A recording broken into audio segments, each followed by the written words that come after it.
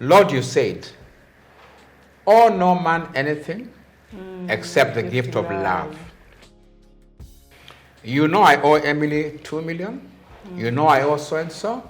And I told God, don't take me before I pay. The first thing I saw death. And immediately, as a very committed Christian, I prayed to God. The belief in the marketplace that the moment you operate cancer, you have disturbed it and you cause it to spread. Subsequently, you go. And all of them, I took a high dose of immune boosting. On a single day, I used to take 72 capsules per day. Hi, welcome back again to Health Focus, and my name is Amy. Again, I want to pose a question and ask, why are you watching and not subscribing? I was sent by the team behind scenes to ask that question. I want to talk about what the Lord says this morning, that even though I walk through the valley of the shadow of death, I shall fear no evil, for thy rod and thy staff, they shall comfort me. Our guest today has been deep down in the valley, and now he's up again. That promise prevailed in his life. Welcome back again to the show. Let's get down onto it.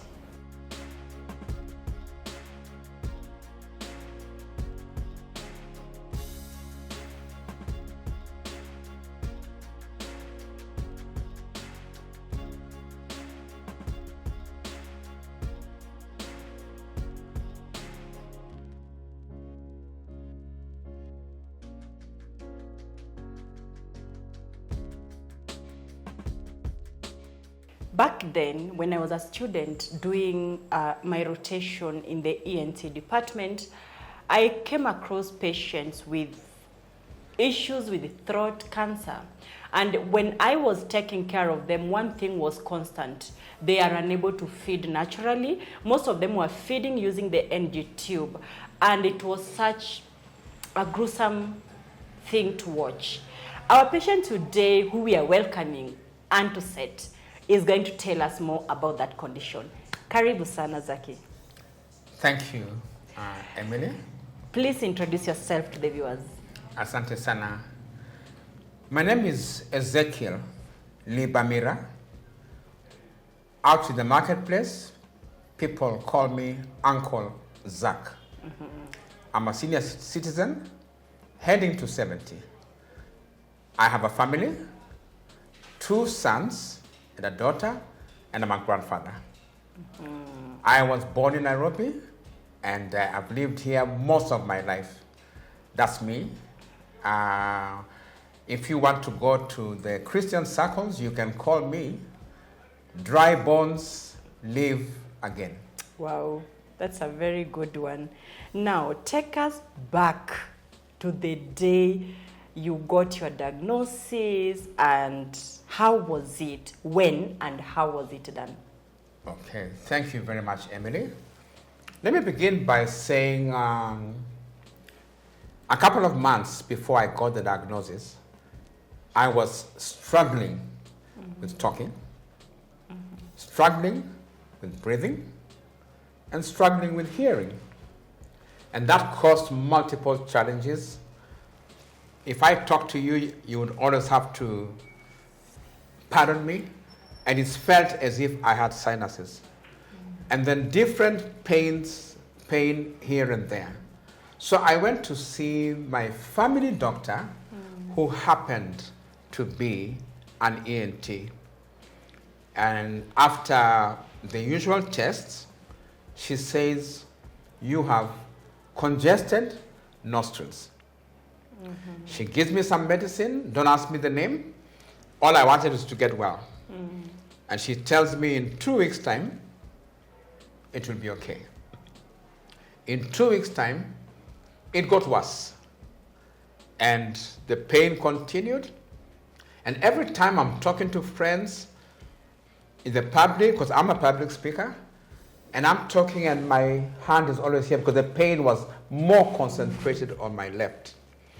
So just to understand, how long did you get these symptoms of not hearing, not able to speak before you consulted the doctor? It went on for maybe about 4 to 6 months. Oh. Yeah. Why were you not seeking help in the hospital? Good question. I have grown up a healthy person, or healthy looking if you like. Never had challenges except for the common colds, which people say malaria. So I lived a good life until about that time. Only once it was quite bad, and I walked into one of the major hospitals in Nairobi, and they told me, no, you're okay. You're tired, which I agreed because my job then involved traveling a lot. I would spend a maximum of 1 weekend a month in Nairobi. And I agreed with them, yes, I was tired. But then I didn't think I would have anything to, alarming, so to say. So you just took leave and rested? Yeah. Was it progressive, the not hearing, the pain? Was it progressing until you said, let me check healthcare, or it was just constant? It is possible it was progressing, but what was more progressive, should I say, to borrow your words, was the pain. And that's what made me to seek another opinion. Of course, plus pressure from my friends who were telling me, no, you better go and seek a second opinion. Because your speech was now getting slugged. Exactly, and they were being affected by the way we were communicating with them. And people who are my mentees, and they feel, no, we need this man around. Okay, we are taking medicine, pain is progressing, and you're getting worse. Take us through the... So I went now to a second opinion, which was a different hospital.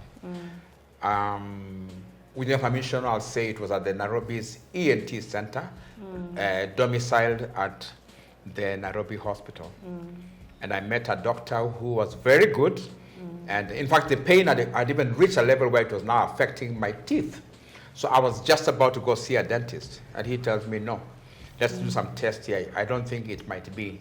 So for what I understood after the test, or what he's tried to suggest, I could have been having a swelling, which was now interfering with my gums. So he recommended a CT scan. Of the tooth or of the nose? Yeah. Of the face? Yes. So then in recommending the CT scan, by then he had suspected I have a growth or a tumor from his interview with me. But he says we must confirm it with a CT scan. Then he took me further and said, if we confirm a tumor, then we will do what is called biopsy. I had never heard of the word biopsy in my life.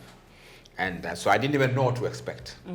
And then he says the biopsy is what will help us to determine whether that tumor is cancerous or not. He was very nice, and he said to me, from our experience, 80% of our patients usually are non-cancerous. And this man here felt, I think I will be amongst the 80%. Having been told earlier at the same hospital that I'm very healthy, except that I was tired. So I didn't think I would ever get the results of cancer.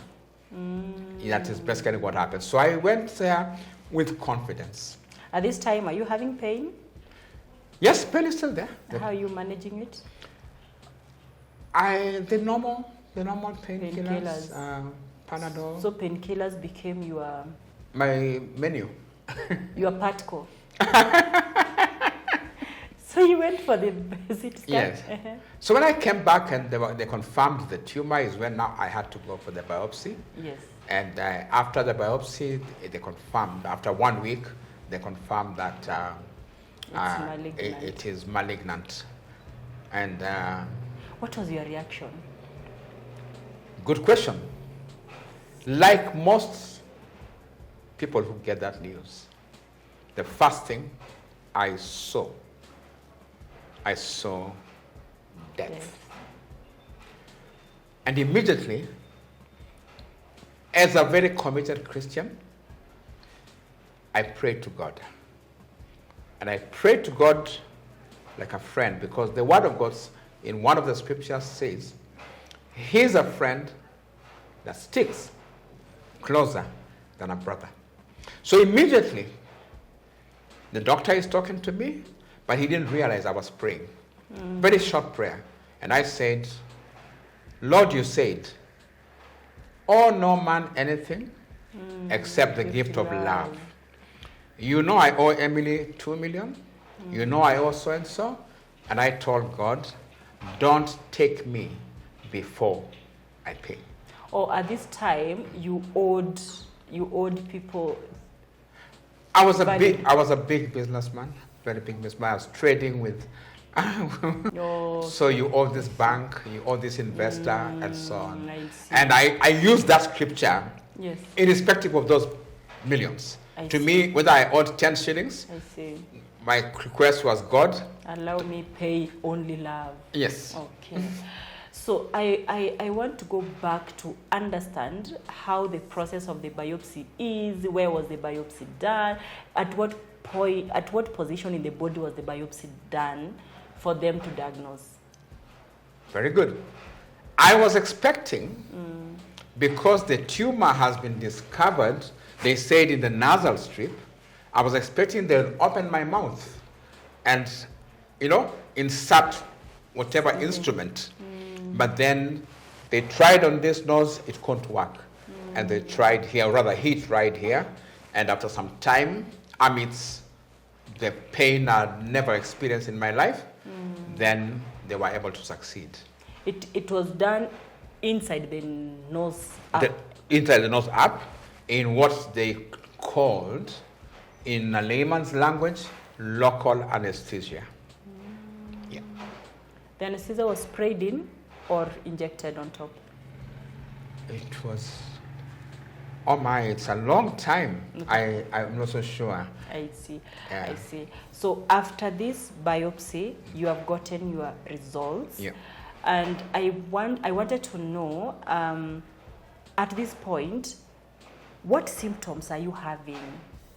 Even as we are getting into the diagnosis and everything, is the nose now completely blocked? Is the speech now almost gone? Is the hearing now almost done? Or what were the symptoms to help people understand?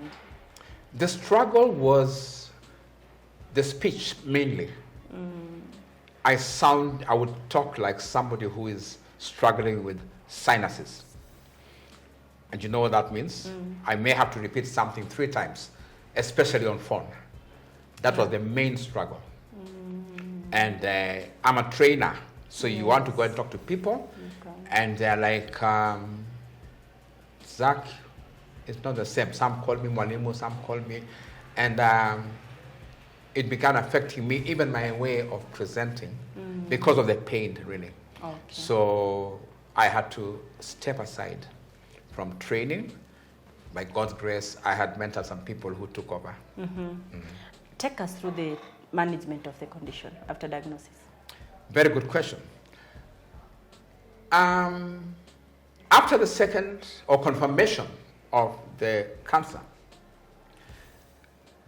I'm struggling with how to run through it. And friends ran to me very fast. In fact, on the same day, a very close friend requested that he takes over my next opinion, and he would pay for it. And he said, I will take you to a more experienced doctor. It's like, I think he was on denial. I didn't realize that. And he took me to a third opinion, a different doctor. And he was even worse in the way he broke the news to me. And he told me, this tumor has been with you for the last 5 months. And I was like, where have you been?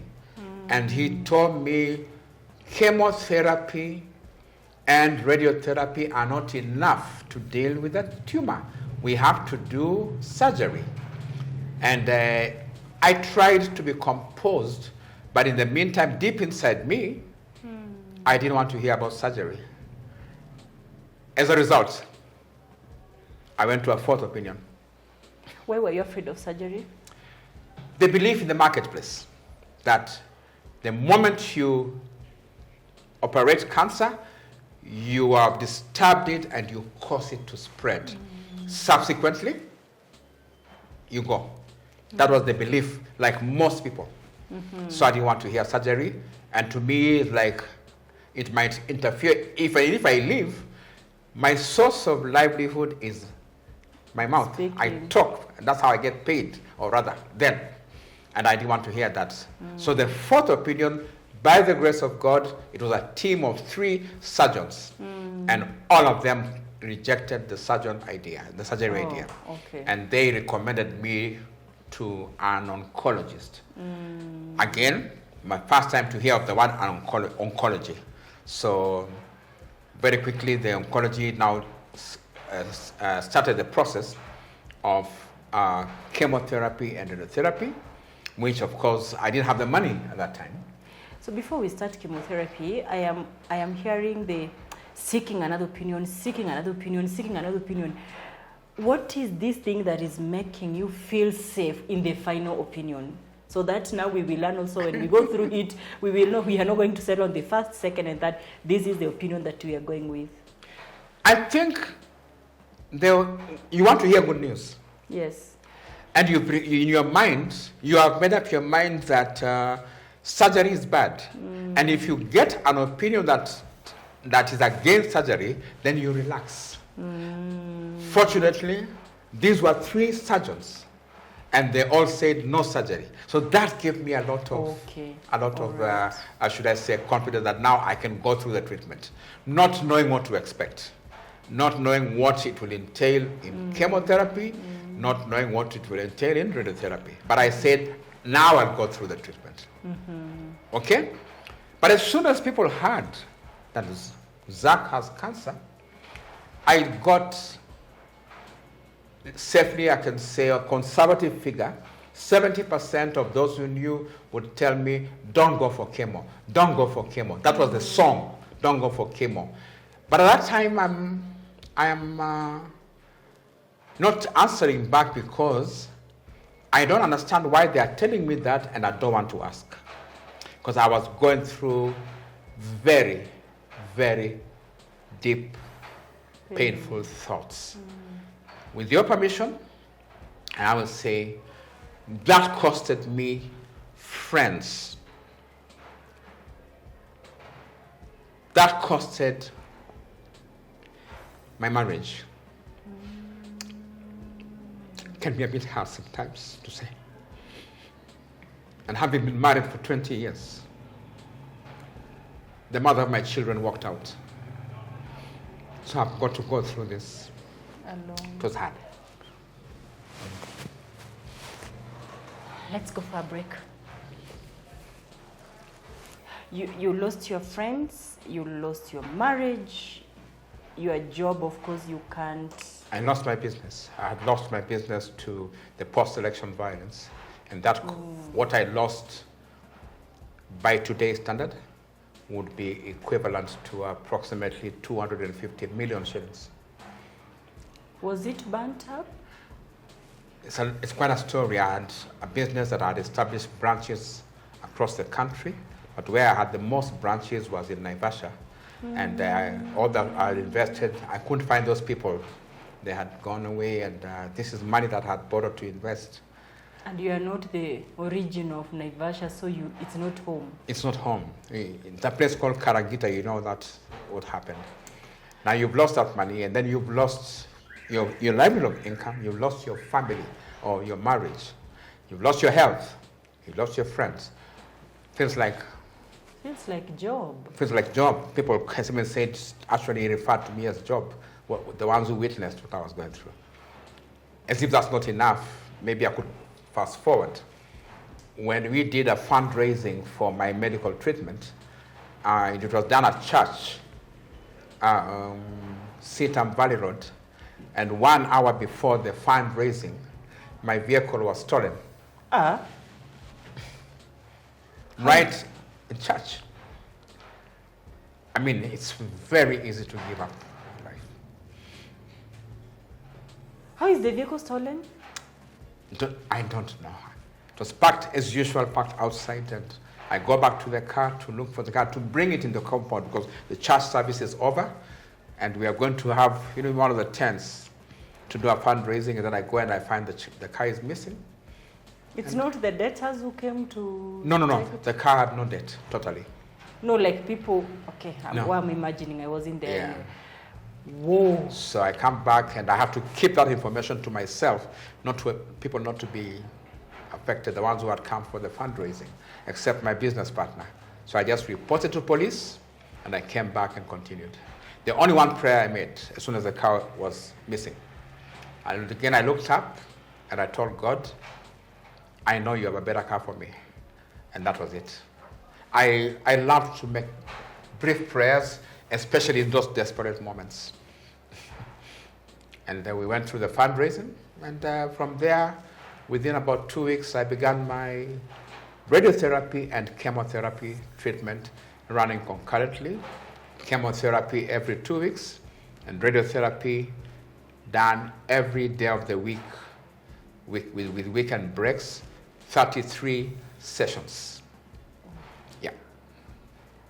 And that was now another very dark valley, because in fact what I went through during the chemo and radio season, I used to say I would not wish my worst enemy to go through even 5%. Today I say I would not even wish Al-Shabaab to go through that. It feels like a walk through hell, especially during chemotherapy. And now I was beginning to understand why guys were saying, don't go for chemo, don't go for chemo. But they're telling you that and they're not giving you an alternative. But later on is when I understood. To them, whichever person they saw went through chemo, within a short time, they were normal. So they imagined Zach goes for chemo, he'll take that path. I came to understand that later. But don't you think it's so true that the numbers that I projected in the face value is everybody going through chemo, mostly they transition in the process or even after? Actually, I did see that. I did see that in my journey, because when I was celebrating 10 years of post-cancer, I took back the number of people I knew from the young to the old. I broke down because none of them was alive. Oh, really? Yeah. Some of them heavy servants of God. They had gone. And I cried and I told God, am I any special? You've kept me here. So what secret did you take? Okay, I know God is supreme and he orders who to do whatever is going to happen. How did you find, because the radio and chemo concurrently is not a joke. How are you getting your energy? How are you getting the push to move forward? Simply determination to live. Because in that process, I lost almost 50 kilos. An oncologist at KNH, Kenya International Hospital, said when you lose 20% of your weight suddenly, you are on the verge of death. I lost 40% of my weight, meaning technically dead. But the determination to live, especially knowing I had made a covenant with God, I want to pay my debts. 2, which ought to be number 1.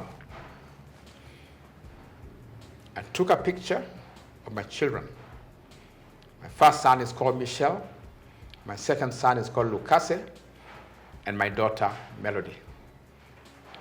And I looked at the picture, and I said these words while pointing. I said to myself, for these ones, I must live. And anything I was doing, I was working for the children. As much as the family had disintegrated, by the grace of God, my daughter was very young. She was only 4 years old.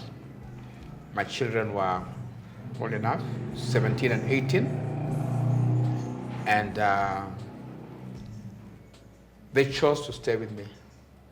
Oh, you stayed with my two elder children. And that was a major relief, major relief. Before they chose to stay with me, I was alone. And I could only afford a maximum any day of 3 hours of sleep. Yeah. The day they chose them, after so much drama, those are details. Wow. The day we slept in the same house with my sons, I overslept. I struggled to wake up. If you understand what I'm saying. So I used a lot of just my mind, and even in prayer, I wouldn't fight. I come from a Pentecostal background, but I chose to walk the journey of, he's a friend. I talk to God as a friend. To date, that's what I do. I don't go into those fights of kukemea, and that's it. So that really helped me, and the children, of course, it was hard because even that journey, one of them was a candidate of Form 4, one had just finished. And again, you have to feed them, you have to do all those things, but God somehow saw us through. How were you able to make your immunity come up or even feed post the side effects of chemo and radiotherapy? Okay. Testimonies are good. And I had a testimony of a lady who had had fibroids, very big fibroids, and she used a certain cleanser, and she used high dose. And I knew about that cleanser. And when she used high dose, within 2 weeks, the tumor couldn't be seen when she went back for check. Initially, I couldn't even turn my head, my neck rather. I applied the same remedy, and I used high dose. The bottle says take 2 capsules twice a day. She took 6 capsules thrice a day. I did exactly the same thing. And in 2 weeks, I could be able to turn my head, and it gave me a lot of motivation to move on. And I mean, like I said, I just kept on, applied as much positivity as I could. And looking at my children there, definitely trying to be strong for them. Talking to people is very helpful. I met with an elder in my church. He couldn't remember what he told me. He sat with me and told me, Zach, I'm advising you not to give up. If you give up, your children will give up. And those words kept me going. As much as during treatment, at some point I was giving up. Thank God, again, my friend insisted, no, we are going through this whole thing. Besides that cleanser, somebody recommended to me a lot of cleansers which were immune boosters because I met with a nutritionist, and she gave me these words: Zach, the best treatment for cancer is boost immunity and cleanse. So all these immune boosters were 8 different types. 2 of them were cleansers, 6 were boosters, and all of them I took a high dose of immune boosting. On a single day, I used to take 72 capsules per day, alongside chemo and radio. As much as I deteriorated during the chemo process, but these boosters kept me going. They kept me going. I couldn't eat, I was struggling to eat, but I kept remembering my commitment to my Heavenly Father. Yeah. And I believed beyond any reasonable doubt that he was going to help me. Irrespective of what the medics may say or any other opinions, because at that stage, you face too much opinion from different people. That's true. I went through most of those, okay? Being stigmatized, because I was facing two stigmas. Stigma of the sickness and stigma of the separation. And that's when I realized that even men experience stigma. And I went through that to date. I thought men just wake up and they're good. Emily, I'll tell you, it's now 18 years in all this process. 17, 18 years. This year, altogether is 17, 18 years. And 95% of my friends who used to come to me for encouragement, for motivation, in my church, I was one of the most respected person in family values, teaching, etc. All those people stayed away from me, the majority of them to date. Oh, the society can be harsh. Yeah. The society can be harsh. So there is a question people usually ask and wonder. There is a lot out there for cleansing, for immunity boosting and everything. How did you settle to get the right ones? Very good question. I went deep into research. Anything that I was being asked to use, I searched to get the information. Is it approved by the World Police, that's FDA? Is it researched? What is the composition, etc.? All those 8 different products I researched. And I decided I'm good to go. Yes, as much as I research also on cancer, and I decided I'll balance both. And I thank God I did. Because if I didn't, I would not know what I would actually have listened to the people who said, don't go for this kind of treatment because of the information out there, especially regarding chemotherapy. That's true. But I said, it's good to go through the experience, and I'm happy because of that.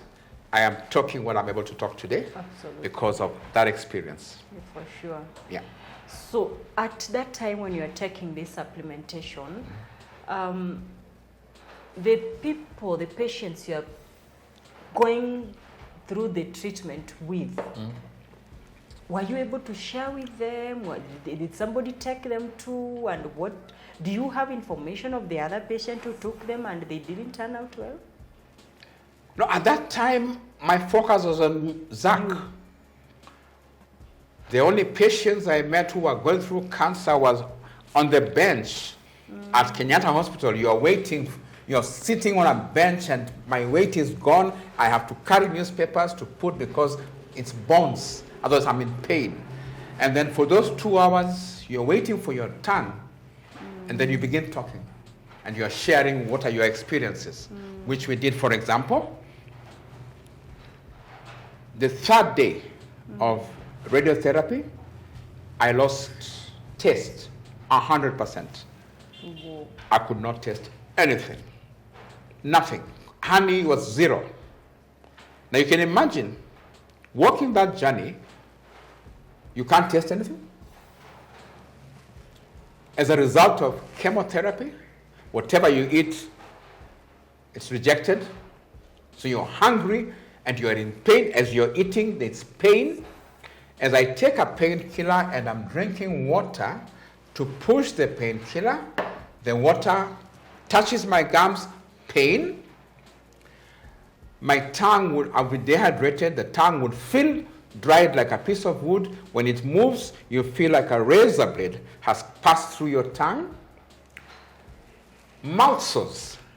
And you have to go through. I struggled through that. Once again, I repeat, my promise for my children and the covenant with God. That kept me going.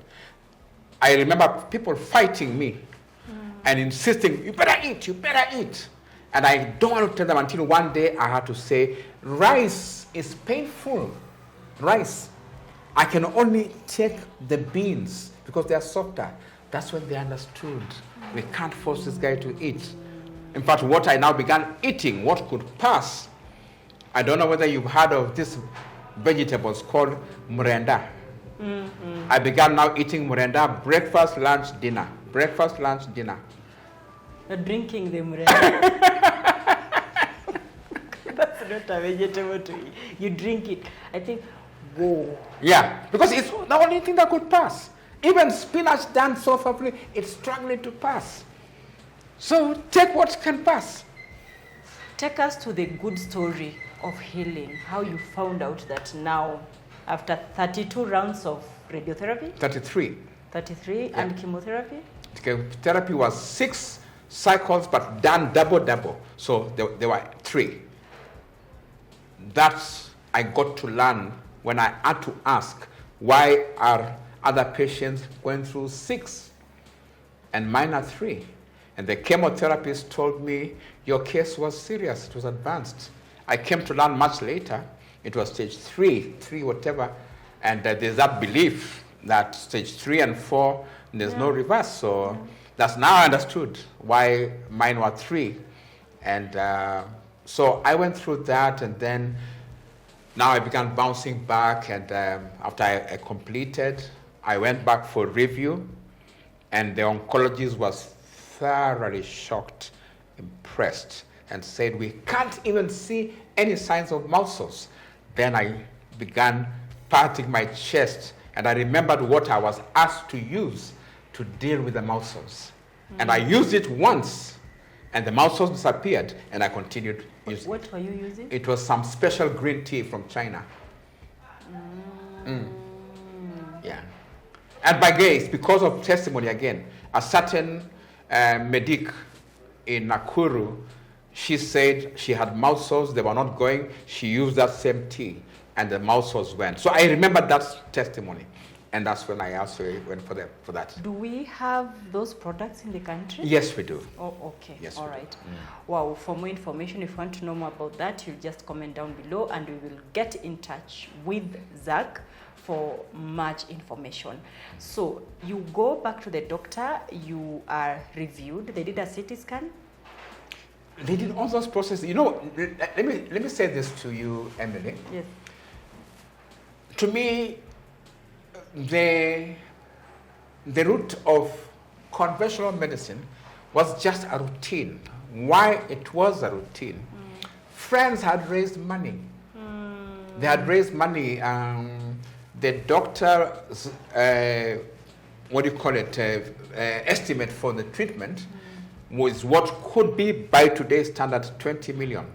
Then it was difficult because there were only 6 oncologists in the whole country. And so I said, friends can't raise for you money to go for treatment and you don't go.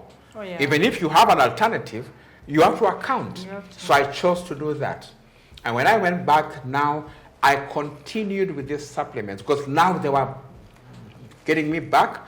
Just to fast forward, within 1 year, I regained 5 kilos. And then from there, I continued moving. I could now walk. I suffered still some side effects of Chemotherapy. that treatment. I had to walk on the crutch for 1 year because now I couldn't walk. I'm swollen. You know this what they call opportunistic diseases. Yes.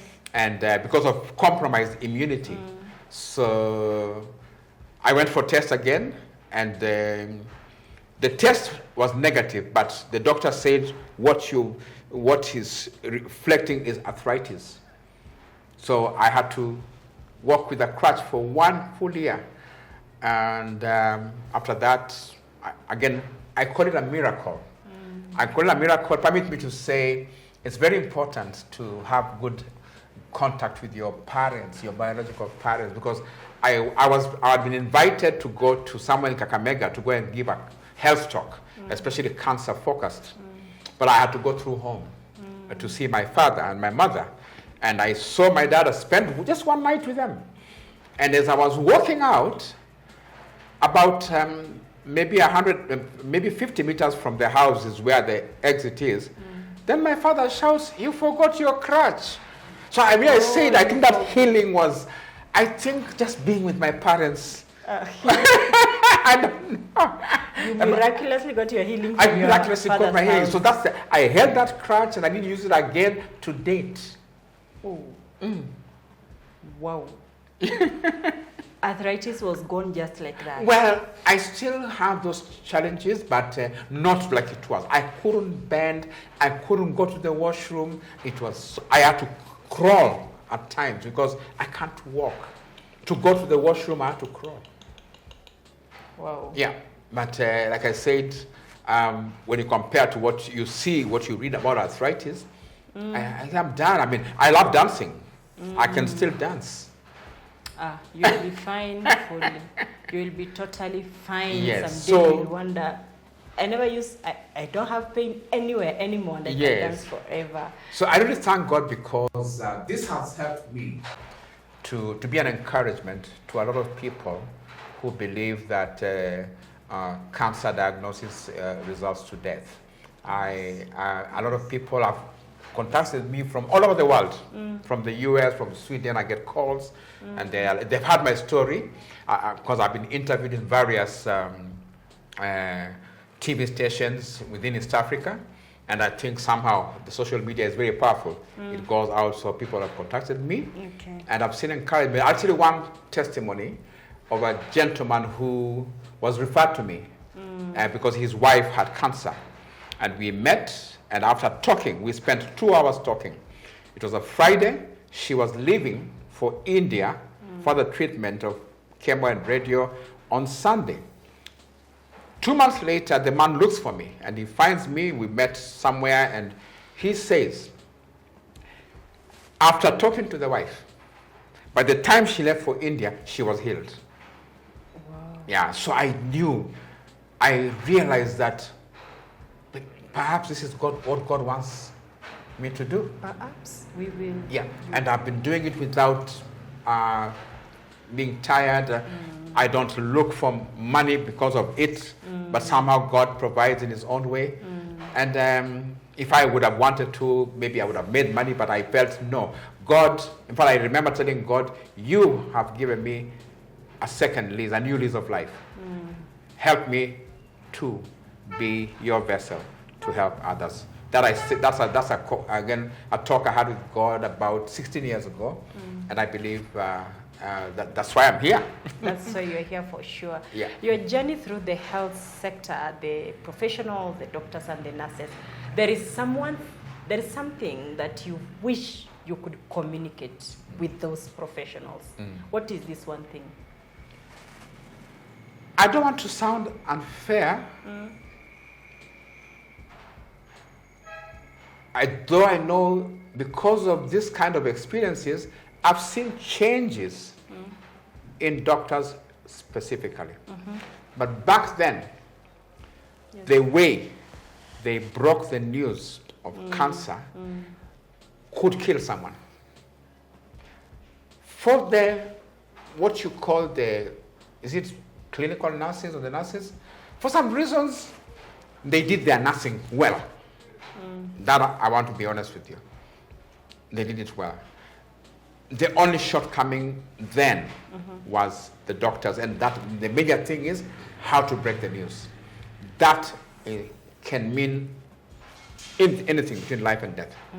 And I've been to symposiums where that's the same story, and doctors are beginning to listen. I gave a talk once at the Kenyatta University, and a medic came and told me, "I apologize for what we have been doing."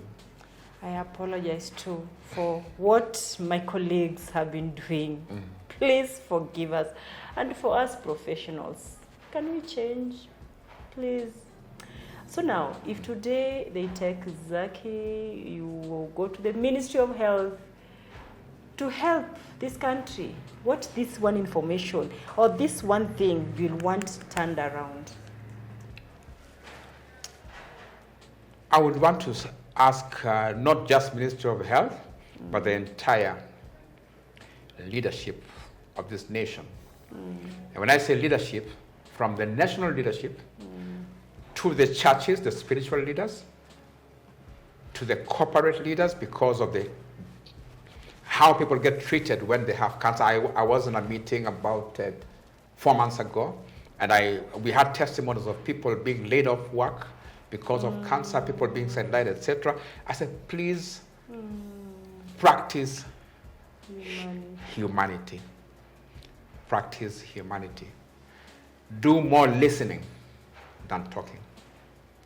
Every case is different. We are talking about today about 260 different types of cancer. And with 260, everyone's experience is unique. And I believe you, in your area of life, you've seen people who decide, if that is what it is to go through the treatment, let me just stay until the day I die. And so people give up, and that giving up is a major factor in your either moving forward positively or deteriorating until you go. So that is very, very key. So practice humanity. Church leaders. Because I'm a Christian, I'll address church leaders. And I say, give space for people to talk about this. Maybe this is not for this forum, but I know a friend, if you permit me, I'll say this. She went to a certain church. She does advocacy on a different health challenge, that's HIV. She convinces the pastor, I want to create awareness. And the pastor accepts, and the pastor calls his fellow pastors of branches, and she gives a presentation. And the moment she leaves, those pastors go and call that main pastor, and they say, in fact, let me say it in Swahili, usitulete hiyo ukimwi hapa. Those are servants of God. Yeah. That is painful. So where are we safe? I guess let's do it. Like what you're doing now. You see, let's do it. You see, like now, if you were domiciled in your clinic, you probably see on the higher side maybe 100 patients a day. Can you see 100 a day? Maybe you can. You can if you push yourself. But you see, in this forum, you can hit 1 million guys a day. Because, is it making some sense? Yeah. So if somebody is looking for Zaki, where will they find him? Zaki is very active on Facebook. Zaki Libamira, Z-A-C-K-Y. I'm very, very active on Facebook. Zaki will respond to all your WhatsApp messages, except those who write to you, they just say, hi. Those ones I don't, I block immediately. Same. Zaki is available. WhatsApp is 0722 606 805. 805. The early numbers of Safaricom. It has never changed. Yes. We write it down at the description box. Yeah. And thank you for following the story of Ezekiel. And I want to say that cancer is not a death sentence. It's not a death sentence. Until next week, adios.